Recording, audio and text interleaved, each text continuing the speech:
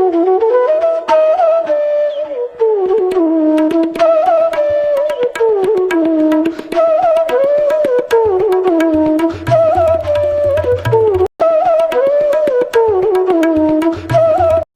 ಎಲ್ಲರಿಗೂ ನಮಸ್ಕಾರ. ಅಮ್ಮನ ಮನೇಲಿದ್ದೆ, ರಜಕ್ಕೆ ಅಂತ ಮತ್ತೆ ಬಂದಿದ್ದೆ. ಅದಕ್ಕೆ ಒಂದು ಹೋಮ್ ಟೂರ್ ಮಾಡೋಣ ಅಂತೇಳಿ ಮಾಡ್ತಾ ಇದ್ದೀನಿ. ಮುಂದೆಗಡೆ ಈ ಥರ ಇದೆ, ಇದು ಎಂಟ್ರೆನ್ಸು. ನಾನು ಹುಟ್ಟಿದ್ದು ಅಜ್ಜಿ ಊರಲ್ಲಿ, ಬೆಳೆದಿದ್ದೆಲ್ಲ ಇಲ್ಲೇನೆ. ಬನ್ನಿ ಇವತ್ತಿನ ಲಾಗು ನಮ್ಮನೆ ಹೋಮ್ ಟೂರ್ ಮಾಡೋದು ಸ್ಟಾರ್ಟ್ ಮಾಡೋಣ. ನಮ್ಮನೆ ತುಂಬ ಸಿಂಪಲ್ ಆಗಿದೆ, ಯಾರು ಏನು ಅನ್ಕೋಬೇಡಿ. ನಮ್ಮಮ್ಮ ಗಿಡಗಳು ಅಂದರೆ ತುಂಬಾ ಇಷ್ಟಪಡ್ತಾರೆ. ಯಾವ್ಯಾವ ಗಿಡಗಳು ಹಾಕಿದ್ದಾರೆ ನೋಡಿ ಇಲ್ಲಿ. ಇದಂತೂ ರೋಸ್ ಗಿಡ ಅಂತೂ ತುಂಬ ವರ್ಷದಿಂದ ಐತೆ. ಹಾಗೆ ತುಂಬ ಶೋ ಗಿಡಗಳನ್ನ ಹಾಕೊಂಡಿದ್ದಾರೆ. ನಾವು ಬರ್ತಾ ಇರಲಿ ಅಂತ ಇದೆಲ್ಲ ಗಿಡ ಅದನ್ನ ನಾನೇ ಕೊಟ್ಟಿದ್ದು. ತುಂಬ ಶೋ ಗಿಡಗಳಿದೆ ಇಲ್ಲಿ, ಅದ್ರ ಹೆಸರುಗಳು ಗೊತ್ತಿಲ್ಲ ನನಗೆ ಯಾವ್ದ್ಯಾವ್ದು ಅಂತ. ನಮ್ಮಮ್ಮ ಎಷ್ಟು ಇಷ್ಟಪಡ್ತಾರೆ ಅಂದರೆ ಗಿಡಗಳನ್ನ ತುಂಬಾನೇ ಇಷ್ಟಪಡ್ತಾರೆ, ಹೇಳಲಿಕ್ಕೆ ಆಗಲ್ಲ, ಅಷ್ಟೊಂದು ಇಷ್ಟಪಡ್ತಾರೆ.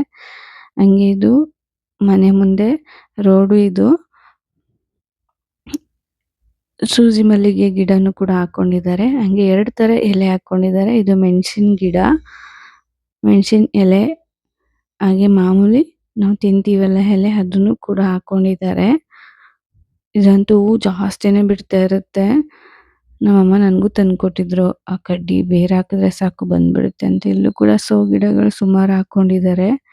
ಇದು ಮಾಮೂಲಿ ಎಲೆ, ಇದನ್ನ ತಿನ್ಬೋದು. ಇದನ್ನ ಸ್ಮೆಲ್ಲಲ್ಲೇ ಕಂಡಿಡ್ಕೊಬೋದು ಎಲೆಗಳು ಯಾವ್ದ್ಯಾವ್ದು ಅಂತ. ಹಂಗೆ ನಾಗದಳ್ಳಿ ಸೊಪ್ಪಿನ ಗಿಡ ಹಾಕಿದ್ದಾರೆ. ಈ ಮಳೆಗೆ ಗಿಡಗಳು ಎಷ್ಟು ನೀಟಾಗಿ ಬೆಳ್ಕೊಂಬಿಟ್ಟಿದೆ ಅಂದರೆ, ನಾನು ಬಂದು ಒಂದು 5 ಡೇಸ್ ಆಯಿತು. 5 ಡೇಸಲ್ಲಿ ಬಂದು ಮಳೆ ಹೋಯ್ತು. ತುಳಸಿ ಗಿಡ ಅಂತೂ ಪಳಪಳ ಅಂತ ಹೊಳೆಯೋ ಥರ ಕಾಣಿಸ್ತಾ ಇದೆ. ನನಗಂತೂ ನೋಡಿ ತುಂಬಾ ಖುಷಿಯಾಗೋಯ್ತು.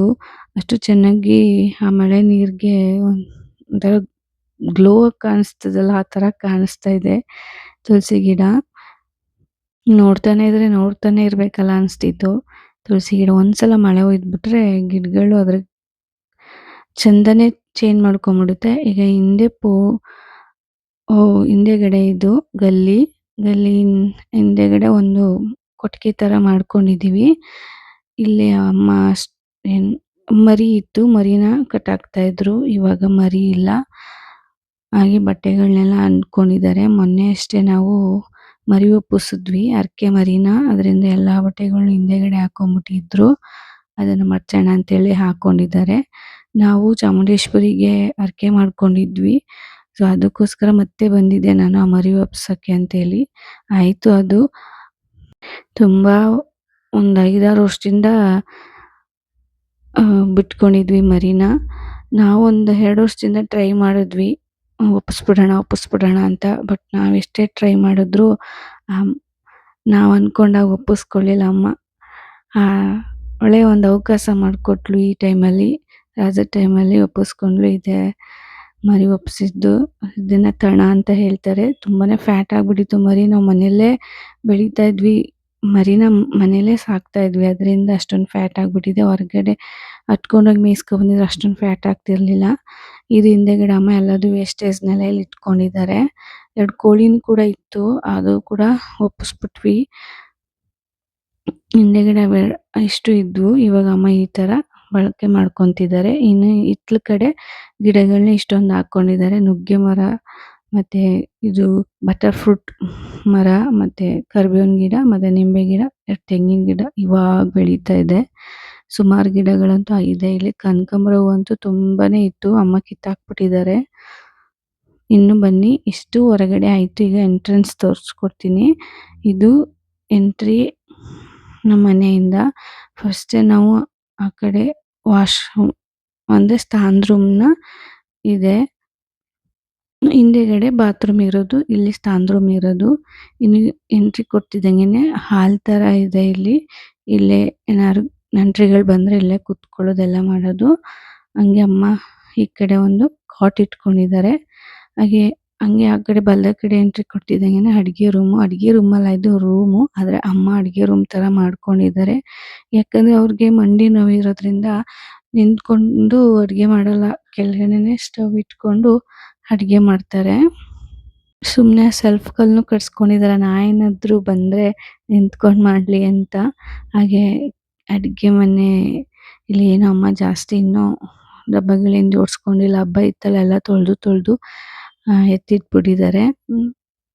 ಈ ಹಬ್ಬ ಅಂದ್ರೆ ಈಗ ಮರಿ ಹೊಪ್ಸೋದ್ರಲ್ಲ ಅವಾಗ ಮನೆಯೆಲ್ಲ ಕ್ಲೀನ್ ಮಾಡಿದ್ದಾರೆ. ಅದ್ರಿಂದ ಎಲ್ಲ ಎತ್ತಿಟ್ಬಿಟ್ಟಿದ್ದಾರೆ. ನಾನು ಸುಮ್ನೆ ಸಿಂಪಲ್ ಆಗಿ ತೋರ್ಸೋಣ, ಏನು ಕೂಡ ನಾನು ರೆಡಿ ಮಾಡಿಲ್ಲ. ರೆಡಿ ಮಾಡ್ಬಿಟ್ಟು ತೋರ್ಸೋಣ ಅಂತ ಇತ್ತು. ಬಟ್ ಇರ್ಲಿ ಅಂತೇಳಿ ಸಿಂಪಲ್ ಆಗಿ ತೋರ್ಸ್ಕೊಂತಾ ಇದ್ದೀನಿ. ಹಂಗೆ ಆ ಕಡೆನೂ ಒಂದು ಡೋರ್ ಇದೆ. ಆ ಕಡೆ ಡೋರಲ್ಲೂ ಕೂಡ ಓಡಾಡ್ತೀವಿ ನಾವು. ಹಂಗೆ ಈಗ ಒಳಗಡೆ ಎಂಟ್ರಿ ಕೊಡ್ತಾ ಇದ್ದೀನಿ ಮನೆಗೆ. ಈ ಕಡೆ ನಮ್ಮಮ್ಮ ಹಂಗೆ ಆಂಜನೇಯ, ಲಕ್ಷ್ಮಿ ಫೋಟೋ ಮತ್ತೆ ಶ್ರೀನಿವಾಸ್ ಕಲ್ಯಾಣ ಫೋಟೋ ಕೂಡ ಇಟ್ಕೊಂಡಿದ್ದಾರೆ. ಇನ್ನು ಒಳಗಡೆ ಎಂಟ್ರಿ ಕೊಟ್ರೆ ಹಾಲಲ್ಲಿ ಟಿವಿ ಇದೆ ಮತ್ತೆ ಕಾಟ್ ಕೂಡ ಇಟ್ಕೊಂಡಿದ್ದಾರೆ. ಹಂಗೆ ಎದುರುಗಡೆ ಬಲಗಡೆ ಎಂಟ್ರಿ ಆಗ್ತಿದ್ದಂಗೆನೆ ಅಡ್ಗೆ ರೂಮ್. ಇದು ಅಡ್ಗೆ ರೂಮ್. ಅಮ್ಮ ಇಲ್ಲಿ ಅಡ್ಗೆ ಮಾಡಲ್ಲ, ನಿಂತ್ಕೊಂಡ್ ಮಾಡಕ್ ಆಗಲ್ಲ ಅಂತೇಳಿ ಅವರು ಆ ತರ ಅಲ್ಲಿ ಮಾಡ್ಕೊಂಡಿದ್ದಾರೆ. ಇಲ್ಲಿ ಏನು ಕೂಡ ಬೇರೆದೇನು ಡಬ್ಬಗಳೇನು ಜೋಡಿಸ್ಕೊಂಡಿಲ್ಲ. ಬರೀ ಅಡ್ಗೆ ಮಾಡೋ ಸಾಮಾನುಗಳನ್ನೆಲ್ಲ ಜೋಡಿಸ್ಕೊಂಡಿದ್ದಾರೆ. ಹಾಗೆ ಇಲ್ಲಿ ಚಿಕ್ಕದಾಗಿ ದೇವ್ರ ಮನೆ ಮಾಡ್ಕೊಂಡಿದೀವಿ. ನಮ್ಮ ಮನೆ ದೇವರು ನಂಜುಂಡೇಶ್ವರ ಸ್ವಾಮಿ.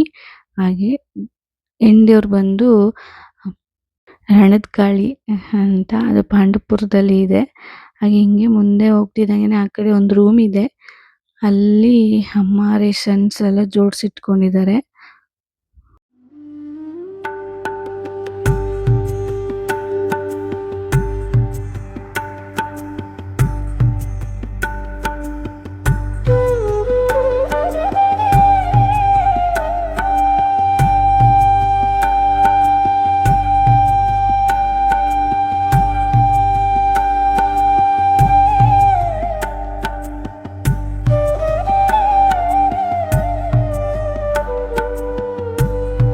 ಇದು ನಮ್ಮಪ್ಪ ತೀರೋಗಿ 5 ವರ್ಷ ಆಯ್ತು. ತುಂಬಾನೇ ಹೆಲ್ತಿಯಾಗಿ ಇದ್ರು. ಆದ್ರೆ ಓವರ್ ಗ್ಯಾಸ್ಟ್ರಿಕ್ ಆಗ್ಬಿಟ್ಟು ತೀರೋಗ್ಬಿಟ್ರು. ಮನೆಯಲ್ಲಿ ಯಜಮಾನರು ಇರ್ಬೇಕು, ಇಲ್ಲ ಅಂದ್ರೆ ತುಂಬಾನೇ ಕಷ್ಟ ಆಗುತ್ತೆ. ಅಮ್ಮ ಬೆಳೆದಿದ್ದೆಲ್ಲ ಇಲ್ಲಿ ಜೋಡಿಸಿಟ್ಕೊಂಡಿದ್ದಾರೆ. ಜಮೀನಲ್ಲಿ ಜಾಸ್ತಿ ರಾಗಿ ಬೆಳಿತೀವಿ, ಅದನ್ನೆಲ್ಲ ಇಲ್ಲೇ ಜೋಡಿಸಿಟ್ಕೊಂಡಿದ್ದಾರೆ. ಹಂಗೆ ಇಲ್ಲಿ ವಿಂಡೋ ಇದೆ. ಈ ರೂಮಲ್ಲಿ ಒಂದು ಚಿಕ್ಕದಾಗಿ ಮಾಡ್ಕೊಂಡಿದ್ದಾರೆ ಈ ರೂಮ್ನ. ಇಲ್ಲೇ ಬಟ್ಟೆಗಳು, ಬೀರು ಎಲ್ಲ ಇದೆ. ಮೊದ್ಲೆಲ್ಲ ಅಪ್ಪನೇ ಮಾಡ್ತಿತ್ತು ಜಮೀನು. ಇವಾಗ ತಮ್ಮ ನೋಡ್ಕೊಂಡು ಬೆಳಿತಾನೆ. ಅವ್ನ ಕೈಲೇನಾಗುತ್ತೆ ಅದು ಮಾಡಿ ನೋಡ್ಕೊಂತಾ ಇದ್ದಾನೆ. ಹಂಗೆ ಈ ರೂಮಿಂದ ಆಚೆ ಬಂದ್ರೆ ಹಾಲ್ ಸಿಗುತ್ತೆ. ಹೆಂಗೋ ಜೀವನ ಮಾಡ್ಕೊಂಡು ಹೋಗ್ತಾ ಇದೀವಿ. ಏನೇ ಆಗ್ಲಿ ಮೇನು ಮನೇಲಿ ಅಪ್ಪ ಇರ್ಬೇಕು. ನಮಗಾಗ್ಲಿ, ನಮ್ಮ ಅಮ್ಮನಿಗಾಗ್ಲಿ, ಈ ಮನೆಗಾಗ್ಲಿ ಫಸ್ಟ್ ಮೇನು ಮನೆ ಯಜಮಾನ ಇರಬೇಕು. ಹಂಗೆ ಅಮ್ಮ ಸಂಜೆ ಒಂದು ಟೀ ಮಾಡಿದ್ರು, ಅದನ್ನು ಕೂಡ ಶೇರ್ ಮಾಡ್ಕೊಳ್ಳೋಣ ಅನ್ಕೊಂಡೆ. ಅಮ್ಮ ನೀರಿಗೆ ಹಿಂಗೆ ಸ್ವಲ್ಪ ಬೆಲ್ಲ ಹಾಕ್ಬಿಟ್ಟು ಟೀ ಪುಡಿ ಹಾಕಿ ಚೆನ್ನಾಗಿ ಕುದಿಸ್ಬಿಟ್ಟು ಹಾಲು ಹಾಕ್ತಾರೆ ಡೈರೆಕ್ಟು. ನಾವು ತಕ್ಷಣ ಸಂಜೆ ಸ್ನ್ಯಾಕ್ಸು ಬೇಗ ಸಿಗೋದು ಅಂದರೆ ಇಲ್ಲಿ ಮನೇಲಿ ಮಾಡಿದ್ರೆ ಓಕೆ. ಏನಾದರೂ ಮನೇಲಿ ಮಾಡಿಲ್ಲ ಅಂದರೆ ತಕ್ಷಣ ನಾವೀಗ ಕಡಲೆಪುರಿ, ಬ್ರೆಡ್ಡು ತರಿಸ್ಕೊಂಡು ಟೀ ಜೊತೆ ಒಂದು ಆ ಟೈಮ್ನ ಕಳೀತೀವಲ್ಲ, ತುಂಬಾನೇ ಖುಷಿ ಆಗುತ್ತೆ. ನಾನಿಲ್ಲಿ ಬಂದ್ರೆ ಅಮ್ಮನ್ ಮಾಡೋ ಟೀಗೆ ಒಂದು ಲೋಟ ಕುಡಿತಾ ಇರ್ತೀನಿ ಅವಾಗವಾಗ. ಹಾಗೆ ನಮ್ಮ ಮನೆಯವ್ರನ್ನ ಪರಿಚಯ ಮಾಡ್ಕೊಡ್ತೀನಿ ಬನ್ನಿ. ಇಲ್ಲಿ ನಮ್ಮ ಅಮ್ಮ ಮತ್ತೆ ನನ್ನ ತಮ್ಮಂದಿರಿಬ್ಬರೇ ಇರೋದು. ನಾನು ಮೈಸೂರಿಗೆ ಮದುವೆ ಆಗಿದ್ದೀನಿ. ಅಮ್ಮನ ಹೆಸರು ಬಂದು ನೀಲಮ್ಮ ಅಂತ, ತಮ್ಮಂದಿರಿಬ್ಬರ ಹೆಸರು ಮಧ್ಯದವನು ಆನಂದ, ಕಿರಿಯವನು ಶಿವು. ಇಲ್ಲಿ ಕುಂತ್ಕೊಂಡಿದ್ದಾನಲ್ಲ ಕಾಟ್ ಮೇಲೆ, ಅವನು ಶಿವು ಅಂತ. ಇನ್ನೊಬ್ಬ ಹೊರ್ಗಡೆ ಹೋಗಿದ್ದಾನೆ. ಇಷ್ಟು ನಮ್ಮ ಫ್ಯಾಮಿಲಿ. ಮಧ್ಯದವನಿಗೆ ಹುಡುಗಿ ಹುಡುಕ್ತಾ ಇದ್ದಾರೆ, ಇನ್ನೂ ಹುಡುಗಿ ಸಿಕ್ಕಿಲ್ಲ. ಮತ್ತೆ ಈ ಕಿರಿ ತಮ್ಮನಿಗೆ ಅಷ್ಟು ಸ್ವಲ್ಪ ಹೆಲ್ತ್ ಸರಿ ಇಲ್ಲ. ಹಾಗೆ ಬಂದ ಅವನು ಕೂಡ, ಇವನೇ ನಮ್ಮ ಮೊದಲನೇ ತಮ್ಮ. ಅವನು ಕೂಡ ಖಾರ ಮತ್ತೆ ಕಡಲೆದು ತಗೊಬಂದಿದ್ದ. ಬೂಂದಿ ಮತ್ತೆ ಖಾರ ತಗೊಬಂದಿದೆ. ಅವನು ಕೂಡ ಅದನ್ನು ಕೂಡ ಕುತ್ಕೊಂಡು ಸ್ವಲ್ಪ ಹೊತ್ತು ಹಾಗೆ ಮಾತಾಡ್ಕೊಂಡು ಆ ಸಮಯನ ಕಳೆದ್ವಿ. ಇದಾಗಿತ್ತು ನಮ್ಮ ಮನೆಯ ಹೋಮ್ ಟೂರ್, ಜೊತೆಗೆ ನಮ್ಮ ಮನೆಯ ಪರಿಚಯ. ಇದು ನಮ್ಮ ಚಿಕ್ಕ ಅರಮನೆ ಅಂತನೂ ಅಂದ್ರು ತಪ್ಪಾಗಲ್ಲ. ಯಾಕಂದ್ರೆ ನಮ್ಮನೆ ನಮ್ಗೆ ಅರಮನೆನೇ. ನೆಮ್ಮದಿ ಒಂದಿದ್ರೆ ಸಾಕು. ಅದು ಅರಮನೆ ಆದ್ರೂ ಓಕೆ, ಗುಡಿಸ್ಲಾದ್ರೂ ಓಕೆ. ಹಂಗೆ ಅವಳು ಆ ಕಡೆ ಕೂತಿದ್ದಾಳಲ್ಲ, ಅವಳು ದೊಡ್ಡಮ್ಮನ ಮೊಮ್ಮಗಳು. ರಜಕ್ಕೆ ಅಂತ ಬಂದಿದ್ಲು. ನಾವು ಬಂದಿದ್ದೀವಲ್ಲ ಅಂತೇಳಿ ಕರ್ಸ್ಕೊಂಡಿದ್ದೆ ನಾನೇ.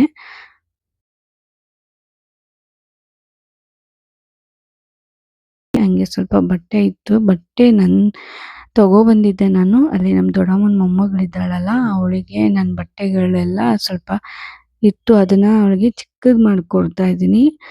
ಒಂದು ಬ್ಯಾಡ್ ವಿಷಯ ಏನಪ್ಪಾ ಅಂದ್ರೆ, ಯಾರಿಗೇ ಆಗ್ಲಿ ಮಕ್ಕಳಿಗೆ ಅದು ಮೇನು ಅಮ್ಮ ಇರಬೇಕು. ಅಮ್ಮ ಇಲ್ಲ ಅಂದ್ರೆ ಆ ಮಕ್ಕಳ ಕಥೆನೇ ಸ್ಥಿತಿನೇ ಬೇರೆ.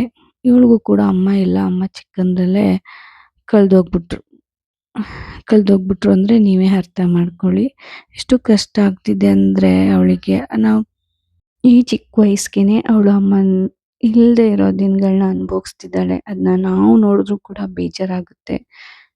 ನಾವಿರೋ ದಿನ ಗಂಟೆ ಇರ್ಲಿ ಅಂತೇಳಿ ಅವಳನ್ನ ಕರೆಸಿದ್ದೆ. ಊರಿಗೂ ಕೂಡ ಒಂದ್ಸಲ ಬಂದಿದ್ಲು ಅವಳು. ಬಂದು ಒಂದ್ 2-3 ದಿನ ಇದ್ದಿದ್ಲು ಅಷ್ಟೇ. ಸ್ಕೂಲ್ ಡೇಸ್ ಇತ್ತು, ಅದರಿಂದ ಅವಳನ್ನ ಕಳಿಸ್ಬಿಟ್ಟಿದ್ದೆ. ಅದಕ್ಕೆ ಇವಾಗ ರಜೆ ಇದ್ದಲ್ಲ ಅಂತೇಳಿ ಬಾ ಅಂತೇಳಿ ನಾನೇ ಕರ್ಸ್ಕೊಂಡಿದ್ದೆ. ಹಾಗೆ ಏನೇ ಆಗ್ಲಿ ನಮ್ಗೆ ತಲೆ ಕಡ್ದಾಗ ಯಾರಾದ್ರೂ ತಲೆನ ಕೂರ್ಸ್ಕೊಂಡು ಹಿಂಗೆ ನೋಡ್ಬೇಕು. ಇಲ್ಲಾಂದ್ರೆ ಎಷ್ಟು ಆ ಕೆರಿತಾ ಇರುತ್ತೆ ಅಂದ್ರೆ ಪರ ಅಂತ. ಇವಳು ಆ ನೋವನ್ನ ಅನುಭವಿಸ್ತಾ ಇದ್ದಾಳೆ. ಯಾಕಂದ್ರೆ ತುಂಬಾ ತಲೆಯಲ್ಲಿ ಏನಿಚ್ಕೊಂಡ್ಬಿಟ್ಟಿತ್ತು ಇವಳಿಗೆ. ನೋಡ್ಕೊಡೋರು ಯಾರು ಇಲ್ವಲ್ಲ, ಯಾರ್ಗ್ ಹೇಳ್ಕೊಂತಾಳೆ? ಎಲ್ರಿಗೂ ಅವ್ರ ಕೆಲ್ಸ ಅವ್ರಿಗೆ ಹೆಚ್ಚು ಅಲ್ವಾ. ನಾವು ಯಾರನ್ನೂ ಇಲ್ಲೇ ನಿಷ್ಠುರ ಮಾಡಕ್ಕಾಗಲ್ಲ. ಸೊ ಅದಕ್ಕೆ ಬಂದಾಗ, ಊರಿಗೆ ಬಂದಾಗೆಲ್ಲ ಅಮ್ಮ ಹಿಂಗ್ ನೋಡ್ಕೊಡ್ತಾ ಇರ್ತಾರೆ. ಇವಳ ಫ್ಯಾಮಿಲಿ, ಇವ್ರ ಅಣ್ಣ ಮತ್ತೆ ಇವ್ರಪ್ಪ, ಇವ್ರು 3 ಜನ ಇರೋದು. ಅಮ್ಮ ಬಿಟ್ಟೋಗಿ ಸುಮಾರು ದಿನ ಆಗೋಯ್ತು. ಎಷ್ಟು ಕಷ್ಟ ಆಗುತ್ತೆ ಅಂದ್ರೆ ಅಮ್ಮ ಮನೇಲಿಲ್ಲ ಅಂದ್ರೆ ಉಹಿಸ್ಕೊಳ್ಳೋಕ್ಕೂ ಆಗಲ್ಲ. ಅಷ್ಟು ಅಪ್ಪನೂ ಇರ್ಬೇಕು, ಅಮ್ಮನೂ ಇರ್ಬೇಕು ಒಂದ್ ಮನೆ ಅಂದ್ಮೇಲೆ. ತುಂಬಾ ಕಷ್ಟ. ಅದ್ರಲ್ಲೂ ಮೇನು ಹೆಣ್ಮಕ್ಳು ಮನೇಲಿರ್ಲೇಬೇಕು. ಯಾಕ ಆ ನಿರ್ಧಾರ ಮಾಡಿದ್ರು ನಂಗೆ ಗೊತ್ತಿಲ್ಲ. ಯಾವುದೇ ಕಾರಣಕ್ಕೂ ಮಕ್ಳಿದ್ರಂತೂ ಬಿಟ್ಟೇ ಹೋಗ್ಬಾರ್ದು. ಏನೇ ಕಷ್ಟ ಬಂದ್ರು ಎದುರಿಸ್ಬೇಕು.